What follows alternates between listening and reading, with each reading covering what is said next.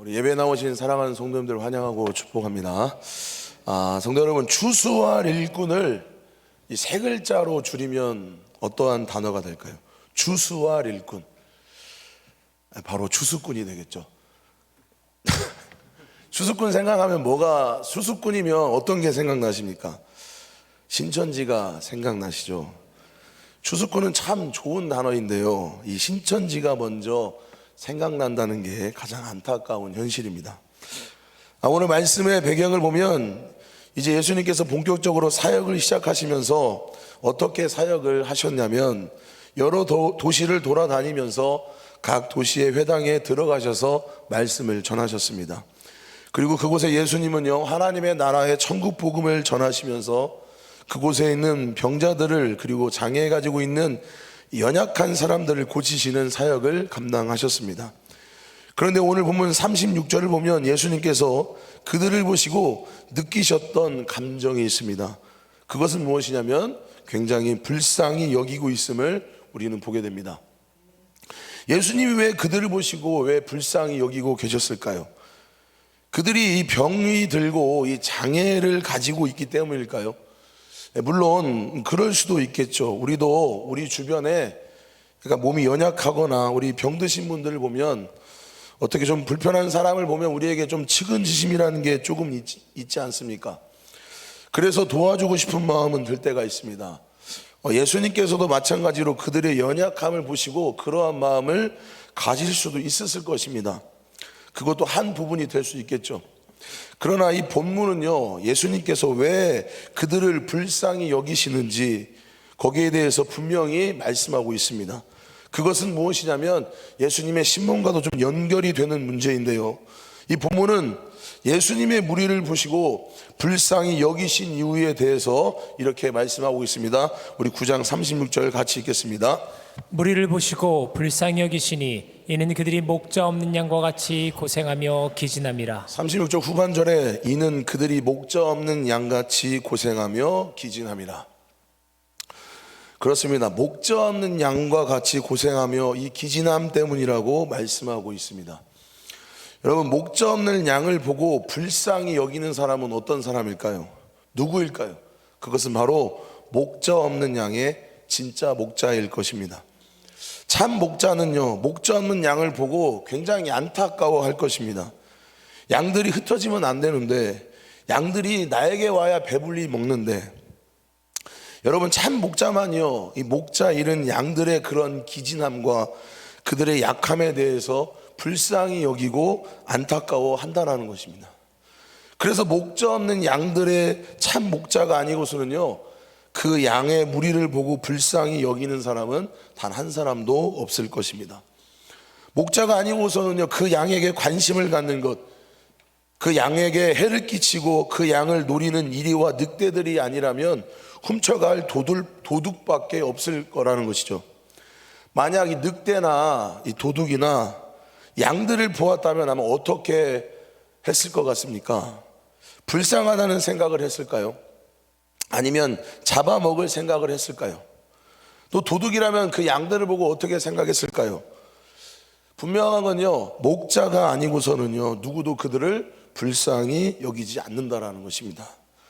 그래서 예수님께서는요, 그 양들을 보시고 불쌍히 여기고 있음을 오늘 마태복음 본문에서는 분명히 우리에게 말씀하고 있습니다. 그래서 목자 없는 양과 같이 이스라엘이 기다리던 참 목자는요, 바로 우리 예수 그리스도라는 것을 오늘 말씀을 통해 이야기해 주고 있습니다. 예수님을 잃어버린 이스라엘은요, 정말로 목자 없는 양과 같은 모습을 하고 있었고요, 그들은 정말로 지친 모습이었고요, 고된 모습이었고 힘겨워하는 모습으로 살고 있었습니다. 성도 여러분, 좋은 목자와 함께 있는 양들은 어떠한 삶을 살아갈까요? 그들은 좋은 풀을 먹겠죠. 아마 목이 마르지 않을 것입니다. 왜냐하면 항상 좋은 풀로, 또 좋은 풀이 있는 걸로, 좋은 물이 있는 걸로 목자가 데려다니고, 또한 맑은 물이 흐르는 곳으로 데려가서 물을 먹이기 때문인 것이죠. 또한 좋은 목자와 함께 있으면 흉악한 늑대와 도둑들로부터 안전하게 보호받을 것입니다. 목자에게 보호받는 것이죠. 그렇기 때문에 좋은 목자와 함께 있는 이 양들은요, 양의 무리는 아마 마음의 평안함을 누릴 수가 있다는 것입니다. 그래서 우리가 잘 알고 있는 시편 24편 이렇게 말씀하고 있습니다. 우리 시편 23편 1절에서 4절 다 같이 읽겠습니다. 여호와는 나의 목자시니 내게 부족함이 없으리로다. 그가 나를 푸른 풀밭에 누이시며 쉴 만한 물가로 인도하시는도다. 내 영혼을 소생시키시고 자기 이름을 위하여 의의 길로 인도하시는도다. 내가 사망의 음침한 골짜기를 다닐지라도 해를 두려워하지 않을 것은 주께서 나와 함께 하심이라. 주의 지팡이와 막대기가 나를 안위하시나이다. 아멘. 이게 좋은 목자와 함께 있으면 누리는 은혜인 것입니다. 그 반면에 목자 없는 이 양의 무리는 어떨까요? 늘 불안에 떨어야 할 것 같습니다. 그리고 목자가 없는 양의 무리는요, 모든 것을 스스로 고생해야만 얻을 수가 있을 것 같습니다.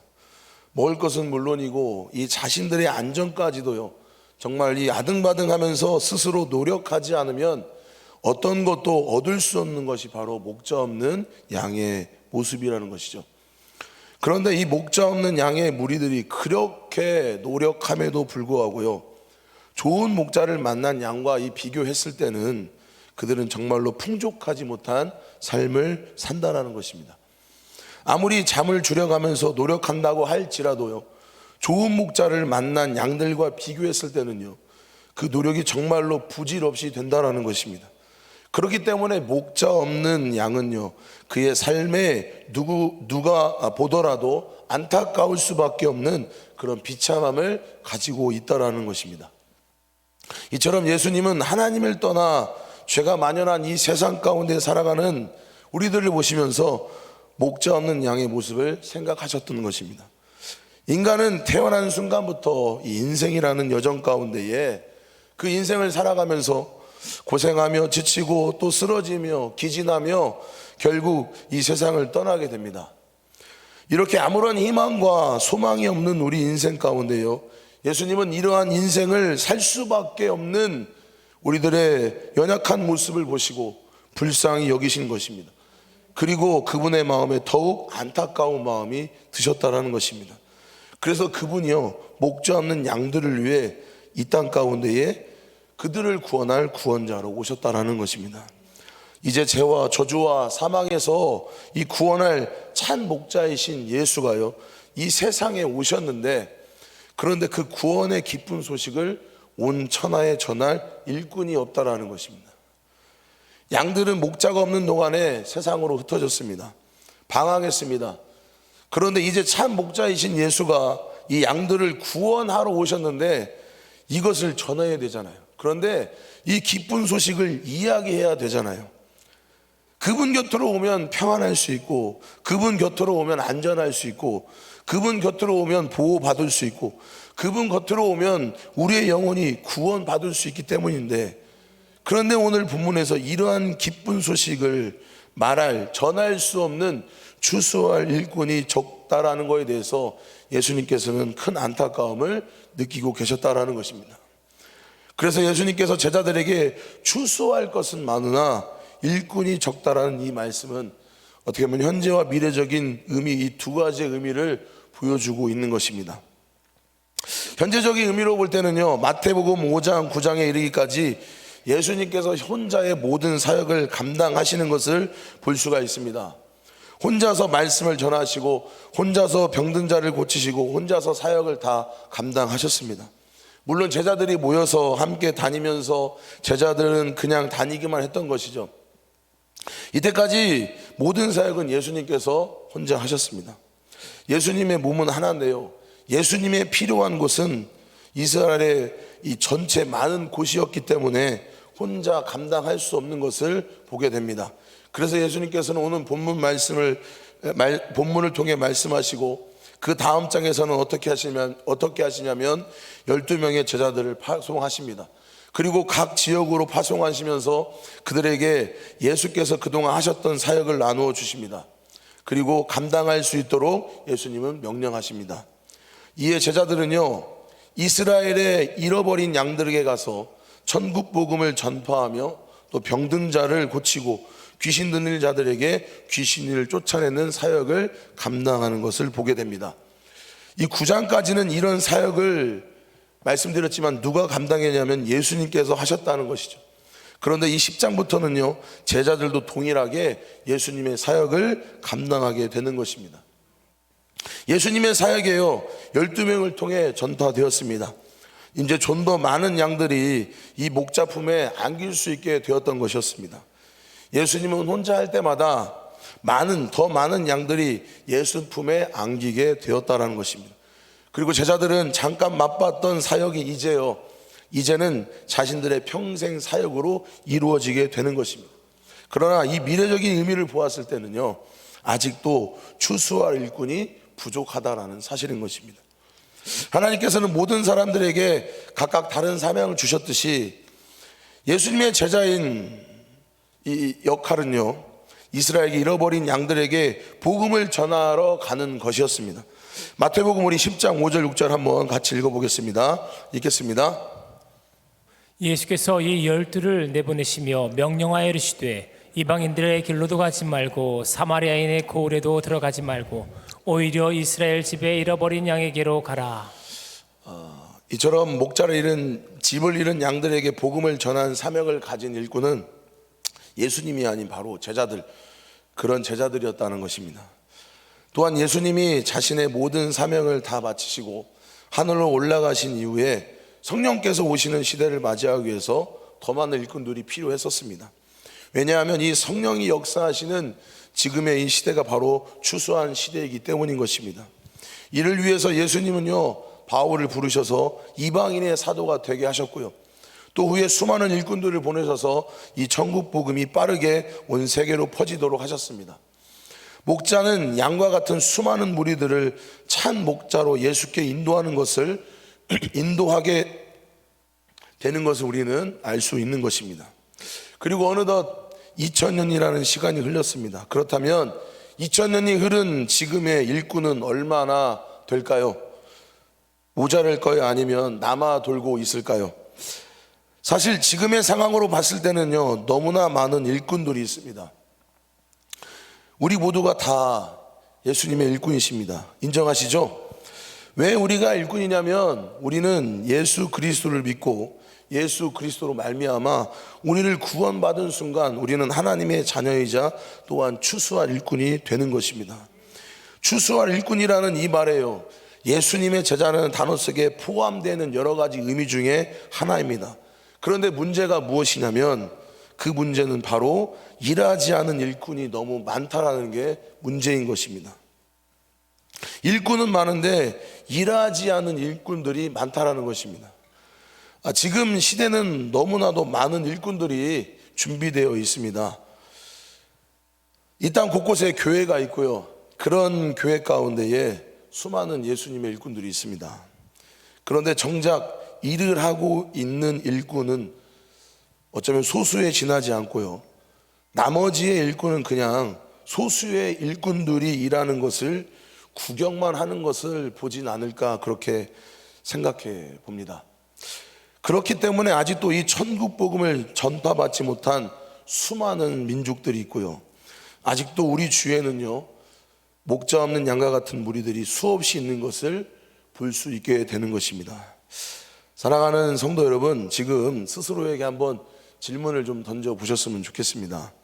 나는 일을 하고 있는 일꾼인가? 아니면 나는 그냥 구경만 하고 있는 일꾼인가? 평균적으로 교회에 보통 한 200~300명 되는 그런 모이는 교회에 일꾼을 이야기하면 한 30~40명 정도 그렇게 이야기합니다.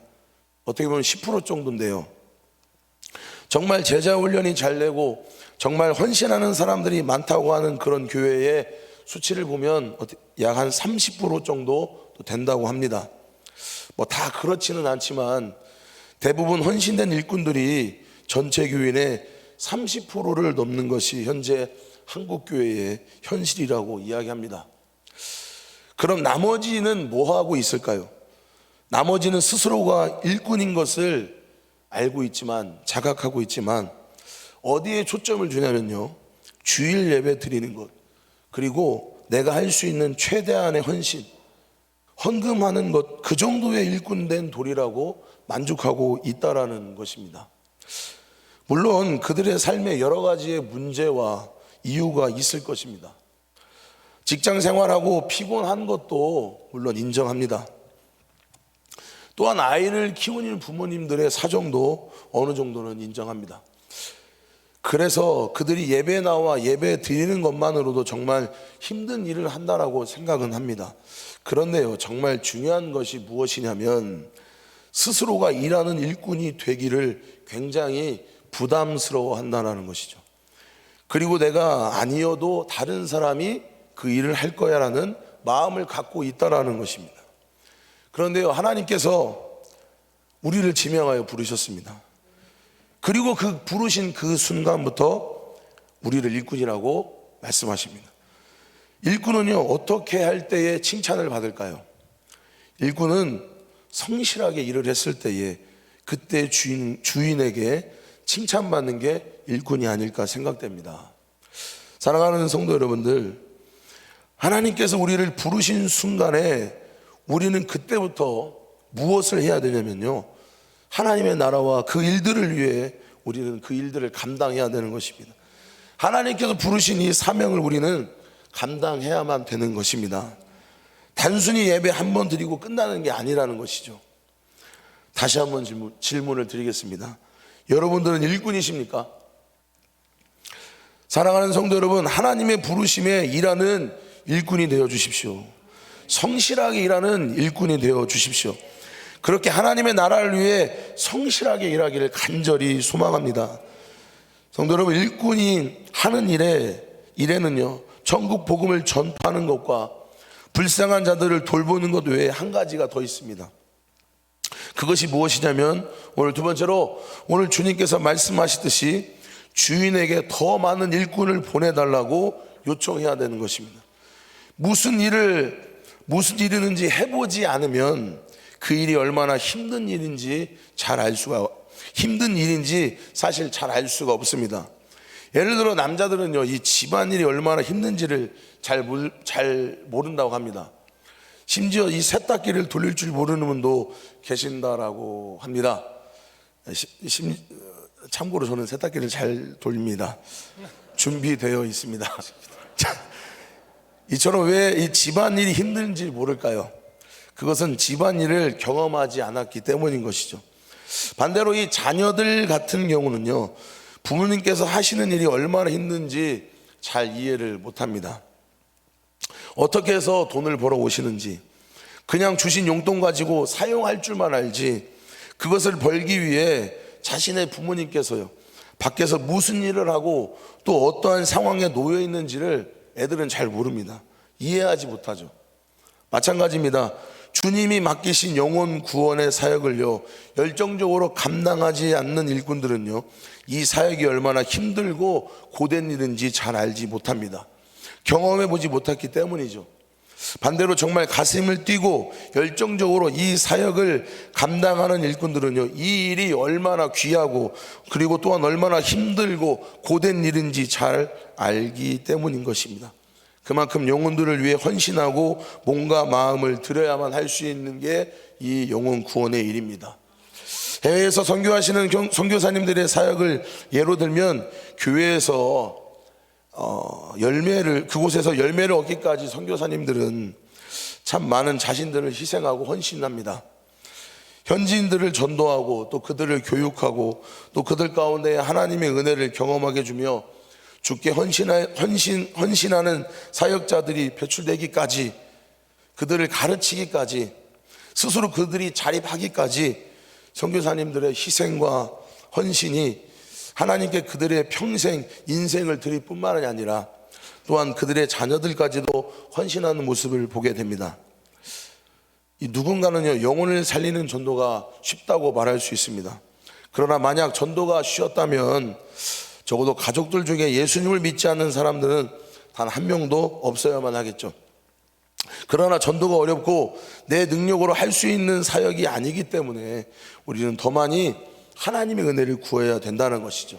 그리고 더 많이 전해야 되고요, 더 많이 일해야 되고, 더 열심히 추수할 일꾼을 보내달라고 우리 예수님 앞에 기도해야 되는 것입니다. 저는 전도가 얼마나 어려운지 잘 알고 있습니다. 한 영혼을 구원시킨다는 거 정말 힘든 일입니다. 우리 주위를 돌려보면 나의 배우자와 자녀들, 친지들에게 복음을 전하기 위해서 눈물로 씨를 뿌리는 분들이 참 많이 계신 것을 볼 수가 있습니다.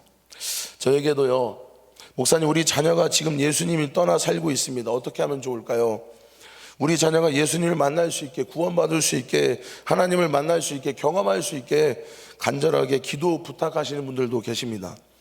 그러시면 날마다요, 눈물을 흘리시면서 새벽에 나와서 자녀와 배우자를 위해, 가족을 위해 기도하는 분들이 많으시기 때문에 그만큼 영혼 구원하는 일이 힘들다는 것을 볼 수가 있습니다. 뿐만 아니라 아직도 세계에는요, 기독교인들이 전체 인구의 2% 미만인 종족이 무려 6,500여 종족이나 있다고 합니다. 그리고 이 중에 이 자체적으로 교회가 없는 미개척 교회 종족은요 3,500 종족이고요, 이 중에서 또한 인구가 10만이 넘는 미개척 종족이 640개 종족이라고 합니다. 인구만으로 따지고 볼 때는요 5억 5천만이 넘다고 합니다. 아직 이처럼 추수할 것은 너무나 많은데 여전히 일꾼이 부족한다는 현실입니다. 그래서 주님을 위해 일하는 일꾼은요, 그 일들을 잘 감당하면서 동시에 주님께 일꾼을 더 보내달라고 기도해야만 한다는 것이죠. 온 세계에 복음이 전해지기까지, 하나님 나라가 세워지기까지 추수할 일꾼을 보내달라고 계속 기도는 계속되어져야만 하는 것입니다. 이스라엘 민족을 위해 제자를 보냈듯이, 또 이방 민족을 위해 바울을 세우셨듯이, 또한 우리나라를 위해 수많은 선교사님을 보내주셨듯이, 우리를 위해 또 누군가를 보내주셨듯이, 아직도 우리 주위에 있는 목자 없는 양의 무리를 위해서 하나님께서 예비해 놓으신 일꾼들을 그들에게 보내달라고 우리는 기도해야 되는 것입니다. 사랑하는 성도 여러분, 우리는 분명히 추수할 일꾼들입니다. 이 좋은 표현을 아까도 얘기했지만 지금 이단들이 많이 쓰고 있습니다. 우리가 이 말을 잘 사용하지 않을 때에 이단들은 자신들의 유익을 위해 지금도 사용하고 있습니다.